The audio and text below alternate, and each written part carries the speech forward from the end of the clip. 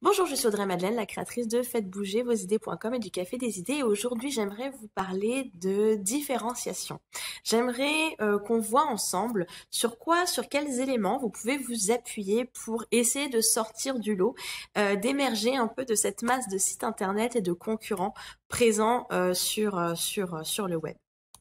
Alors, déjà, ce que je voudrais vous dire, c'est que cette étape qui consiste à travailler justement sur vos éléments différenciants, sur les éléments différenciants de votre entreprise, c'est une étape qui doit être vraiment préalable à toute autre chose. C'est-à-dire avant de créer votre page Facebook ou votre groupe Facebook, avant de créer votre site internet, avant de vous afficher fièrement sur internet, vous devez faire ce travail en amont, ce travail de réflexion. C'est vraiment clé, c'est essentiel parce que si vous ne parvenez pas à vous différencier comme ça sur internet, bah les gens ne verront pas un peu ce qui fait votre valeur ajoutée. Pour eux, vous serez une entité interchangeable dont le seul critère d'évaluation sera le prix. Par conséquent, ils risquent d'aller au moins cher. Ou pire encore, ils préféreront aller vers une autre personne qui sera peut-être plus chère, qui proposera peut-être un contenu moins riche que vous, mais qui aura su les convaincre de par son positionnement, de par sa communication, quelle était la bonne personne pour eux. Donc c'est vraiment là-dessus qu'il faut travailler pour, avant toute autre chose. Évidemment, c'est pas une espèce de baguette magique. Il y aura d'autres éléments aussi à prendre en compte. Mais là, ce que je vais partager avec vous, ce sont 6 éléments qui vont vous servir de base de travail. Ces 6 éléments-là, en fait, ce sont des éléments que vous allez devoir distiller petit à petit dans votre communication et qui vont vous aider aussi à créer votre contenu pour votre site internet. Donc déjà, sur quel élément est-ce que vous pouvez vous appuyer pour vous différencier? La première chose, ça va être votre histoire. Votre histoire, elle vous est propre.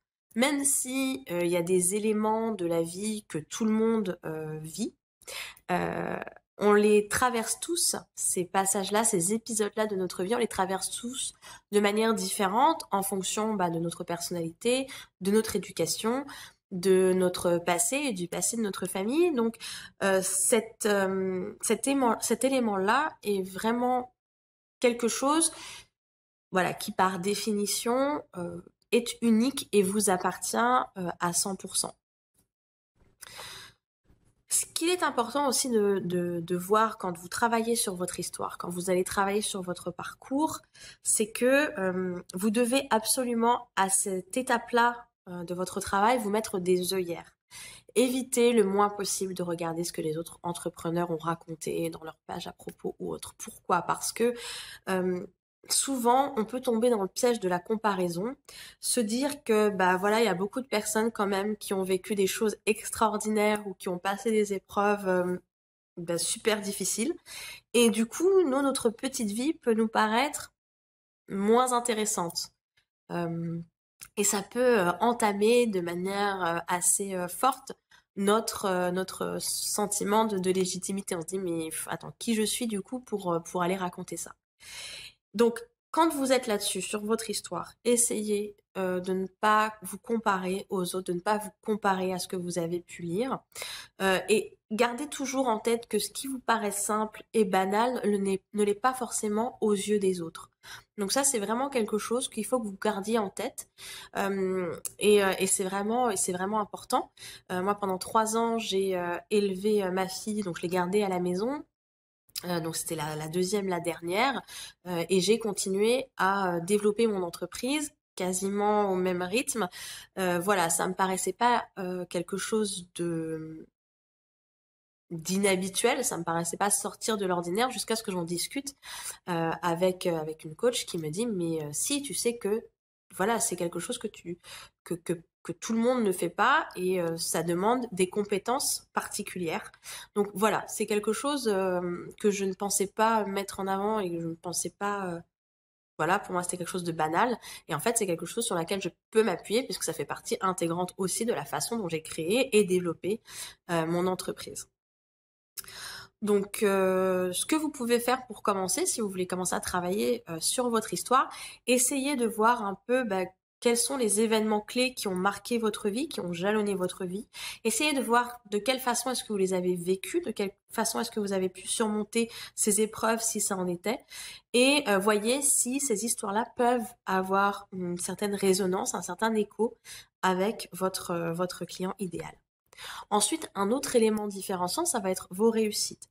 Réfléchissez à vos plus grandes réussites. Ça peut être des réussites personnelles ou professionnelles, en fonction de votre secteur d'activité. Ça peut être aussi des réussites que vos clients ont vécues, mais aussi que vous avez vécues. Quand on commence tout juste, voilà, c'est difficile d'avoir des réussites de clients puisque a priori on n'a pas de clients. Donc voilà, vous pouvez tout à fait communiquer sur vos propres réussites pour expliquer que oui, si ça a marché sur vous, ça marchera sur eux. Et l'autre solution aussi que vous pouvez avoir, c'est de proposer, d'accompagner ou de travailler avec 2-3 personnes à prix réduit ou gratuitement, simplement pour avoir comme ça des éléments qui valorisent votre travail et à mettre en avant dans votre communication. Donc voilà. Par contre, les réussites, essayez vraiment de les montrer sous forme de transformation, essayez d'avoir des chiffres, voilà, essayez d'avoir quelque chose de très précis qui montre que ces réussites-là, c'est pas juste une impression, c'est pas quelque chose de fugace, c'est pas quelque chose qui n'est pas concret, mais voilà, essayez d'être le plus concret possible quand vous parlez des résultats que vous permettez d'obtenir. Troisième élément de différenciation, ça va être vos compétences. Donc là, on a 2 types de compétences. Il y a effectivement les compétences que vous avez acquises lors de formations, avec des diplômes, des stages que vous avez suivis ou autres, et puis des compétences qui sont innées, que vous avez depuis toujours, qui sont là, par exemple, en termes d'écoute, en termes d'empathie. Si vous êtes quelqu'un qui arrive à mettre les gens en action, ce genre de choses, ce sont aussi des éléments qui participent à votre différenciation. Ce qu'il faut bien voir quand vous allez travailler sur vos compétences, c'est pas parce que vous n'avez pas telle ou telle formation, tel certificat ou parce que vous n'avez pas une validation externe que vous n'avez pas ce qu'il faut pour réussir. Vous pouvez avoir aucune compétence qui a été validée par un diplôme et être tout à fait apte et avoir suffisamment d'éléments pour vous différencier d'une autre façon. C'est rare, très sincèrement, enfin moi depuis 2012, ça fait 6 ans maintenant que je fais mon métier, on ne m'a jamais demandé mon diplôme, on ne m'a jamais demandé quelle formation j'avais suivie, enfin voilà, on m'a fait confiance par rapport à ce que je montre, à travers mon site, à travers ma communication, à travers les échanges téléphoniques que je peux avoir avec mes prospects. Mais voilà, ça s'arrête là. Donc voilà, sachez que c'est pas quelque chose qui doit vous limiter si vous avez envie de proposer telle ou telle prestation. Mais il y a des compétences aussi qui peuvent vous être utiles, que vous avez pu aussi acquérir à travers vos lectures, à travers des séminaires que vous avez suivis ou autres. Donc ça, il faut pas le négliger non plus. Ça enrichit à chaque fois votre boîte à outils, votre panel d'outils à disposition.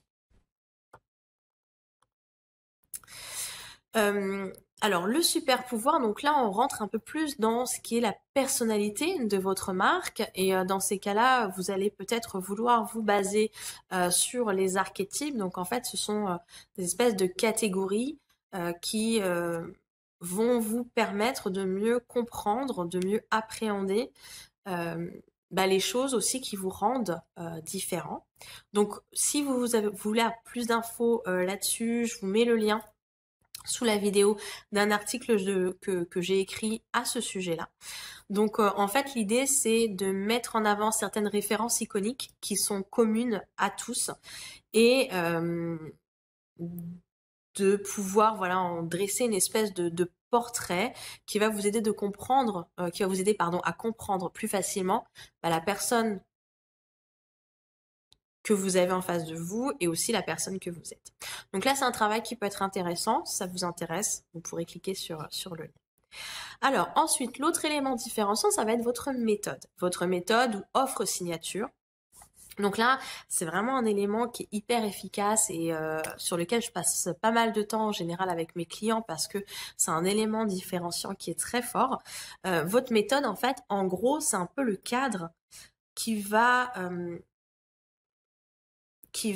en fait rassurer vos prospects et qui va, entre guillemets, leur garantir qu'ils obtiendront le résultat escompté.